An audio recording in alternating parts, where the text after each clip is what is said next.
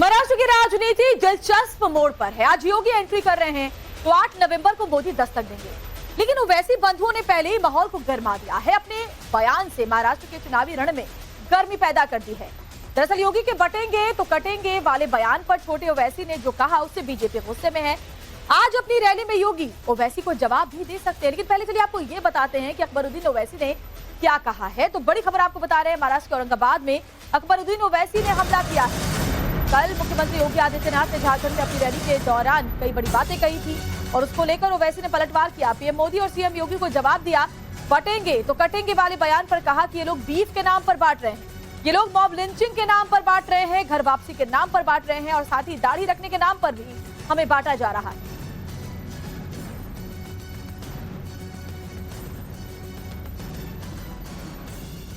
तो योगी आदित्यनाथ ने अपनी तकरीर में कहा कि बटोगे तो कटोगे। लोग काफी एतराज कर रहे हैं उस बात पर, मगर मैं ये कहूंगा, बीफ के नाम पर, मॉब लिंचिंग के नाम पर, घर वापसी के नाम पर, सर पे टोपी पहनने के नाम पर, दाढ़ी पालने के नाम पर जो तुम काट रहे हो, क्या ये तुम्हारी नफरत हिंदुस्तान के सबसे बड़ी अक़लियत से, क्या ये मुल्क को कमजोर नहीं कर रही है? इसका जवाब दो मुझे। अगर हिंदू और मुसलमान को तुम लड़ाओगे, हिंदू और मुसलमानों को नफरत कराओगे, तो क्या यह मुल्क को कमजोर करने के बराबर नहीं है? जिस बयान का जिक्र अकबरुद्दीन ओवैसी कर रहे हैं, चलिए मैं आपको वो बयान भी सुनवा दूं। दरअसल कल झारखंड की रैली में योगी ने कहा था कि जब जब हिंदू बटे हैं तो निर्ममता से कटे।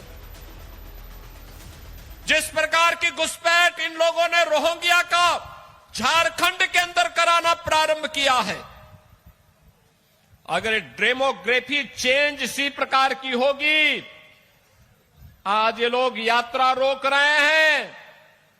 बहनों और भाइयों, आने वाले समय में घरों के अंदर घंटी और शंख भी नहीं बजाने देंगे और इसलिए आवश्यकता है, आपसे कहने के लिए आए हैं, भाजपा को लाइए, एक रहिए और नेक रहिए। मैं तो बार बार कहता हूं, देश का इतिहास गवाह है, इस देश का इतिहास गवाह है,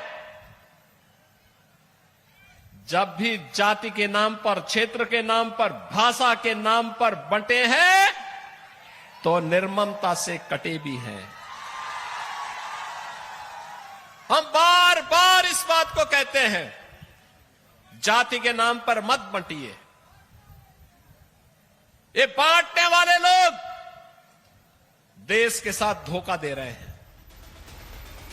औरंगाबाद की रैली में अकबरुद्दीन ओवैसी ने अपने भाषण में एक बार फिर 15 मिनट का जिक्र कर दिया। आपको याद होगा, कैंपेनिंग टाइम का जिक्र करते हुए उन्होंने ये बात कही, लेकिन इस बार कोई विवाद खड़ा ना हो, इससे बचते हुए जूनियर ओवैसी ने 15 मिनट का जिक्र इस बार किस अंदाज में किया, वो भी आपको सुनवा देते हैं। 9:45 कैंपेनिंग का टाइम 10 बजे, अभी 15 मिनट बाकी है।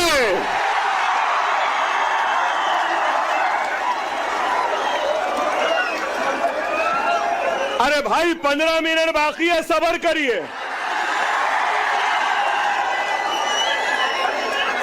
ना वो मेरा पीछा छोड़ती है, ना मैं उसका पीछा छोड़ सकता।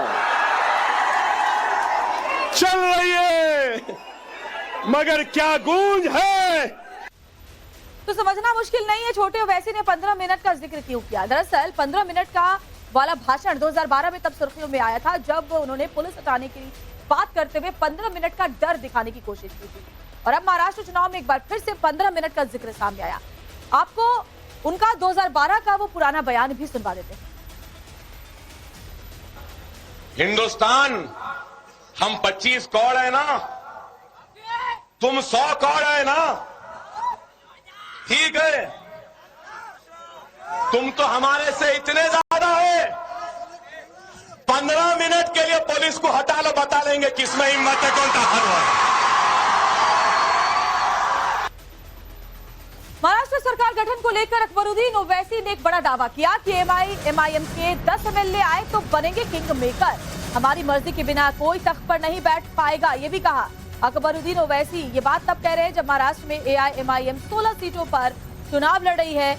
असदुद्दीन ओवैसी और अकबरुद्दीन ओवैसी दोनों भाई इन दिनों महाराष्ट्र की इन 16 सीटों पर पता करने के लिए जोर आजमाइश में जुटे हुए हैं और इस बार का दावा किया कि इस बार किंग मेकर तो एआईएमआईएम होगा। मेरी बात को सुन लो, महाराष्ट्र की तारीख में ऐसा सुनहरा वक्त नहीं आया जो अब है। अगर हम मुनज़्ज़म, हम मुत्तहिद, हम एक, और अगर हमारे 10 एमएलए आ जाएंगे, ना ठाकरे, ना शिंदे, ना गांधी, ना पवार, हमारी मर्जी, हमारी इजाजत के बगैर कोई भी तख्त पे नहीं बैठ सकता। हमारे संवाददाता अतुल सिंह इस वक्त हमारे साथ जुड़े हुए हैं। अतुल, एक तरफ योगी आदित्यनाथ भी आज महाराष्ट्र में होंगे, चुनावी रैलियों को संबोधित करेंगे, लेकिन उससे पहले छोटे ओवैसी ने, छोटे भाईजान ने जैसी बातें कही है, जो बात कही 15 मिनट का भी एक बार और जिक्र किया। अब देखना होगा कि आज योगी आदित्यनाथ क्या जवाब देते हैं इस बात को लेकर, और साथ ही साथ किंग मेकर बनने का एक बड़ा दावा भी किया गया एआईएमआईएम की तरफ से।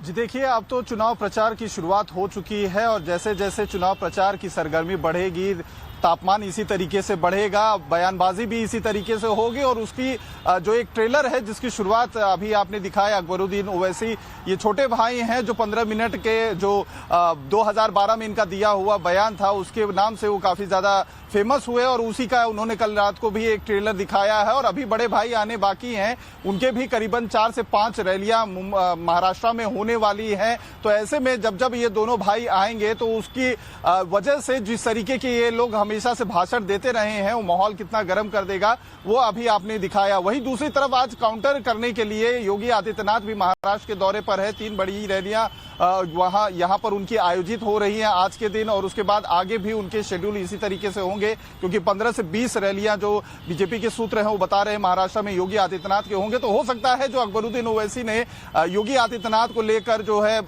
टिप्पणियां की हैं उसका जवाब उनके द्वारा मिल सकता है। महाराष्ट्र में इस समय जो बयानबाजी है वो अपने अपने तरीके से अलग चरम पर चलती चली जा रही है और ये अभी शुरुआत है कैंपेनिंग का। नॉमिनेशन वापस लेने का डेट जो है 4 तारीख का था, उसके बाद ये माना जा रहा था कि धीरे धीरे करके जो राजनीति की बयानबाजी है दिलचस्प होगा योगी क्या जवाब देते हैं अकबरुद्दीन ओवैसी के, जिस तरह से उन्होंने योगी आदित्यनाथ के कल दिए हुए बयान पर पलटवार किया। शुक्रिया अतुल, जानकारी के लिए आगे भी आपके जरिए अपडेट हम लेंगे। आगे बढ़ते एक और बड़ी खबर इससे जुड़ी हुई आपको बताया, महाराष्ट्र के धुले में असदुद्दीन ओवैसी की चुनावी सभा है। ओवैसी ने बीजेपी पर निशाना साधा और कहा कि बीजेपी यूनिफॉर्म सिविल कोड का डर दिखा रही है। बीजेपी के पास महाराष्ट्र के लिए कोई प्लान नहीं है। ओवैसी ये भी कह रहे हैं धुले में रैली के दौरान बीजेपी पर पहले छोटे भाई ने और उसके बाद देखिए बड़े भाई ने कैसे निशाना साधा और कहा कि यूनिफॉर्म सिविल कोड को लेकर के बीजेपी डराने का काम कर रही है। आखिर हो क्या रहा है महाराष्ट्र में? ये देश का दूसरा बड़ा प्रदेश है, यहां पर किसानों का हाल ये करके रख दिया कि आज किसान के बेटे की शादी नहीं हो पा रही है महाराष्ट्र में, और अगर वो किसान मराठा रहे तो उसको और परेशानी हो रही है। इसीलिए मराठा लड़ रहा है आरक्षण के लिए। बताओ आखिर बीजेपी ने क्या दिया है महाराष्ट्र के लिए? अब मोदी जी आकर बोलेंगे मैं यूसीसी लगा दूंगा महाराष्ट्र में। आप देखना बीजेपी आकर बोलेगी नहीं नहीं हम महाराष्ट्र में यूनिफॉर्म सिविल कोड को लाएंगे। हम पूछना चाह रहे ये टाटा एयरबस का प्रोजेक्ट कहां गया? तो मोदी जी बोलेंगे यूसीसी ला लूंगा। जब महाराष्ट्र का मराठा पूछ रहा है, महाराष्ट्र का किसान पूछ रहा है, आज हम इतने परेशान क्यों हैं? आज हम इतने गरीब क्यों हैं, मखरूज क्यों हैं? तो मोदी जी बोलेंगे, भाइयों बहनों, लव जिहाद हो रहा है। आप बताइए, महाराष्ट्र में इतना बड़ा प्रदेश, मगर इसके बारे में बीजेपी के पास कोई प्रोग्राम नहीं है।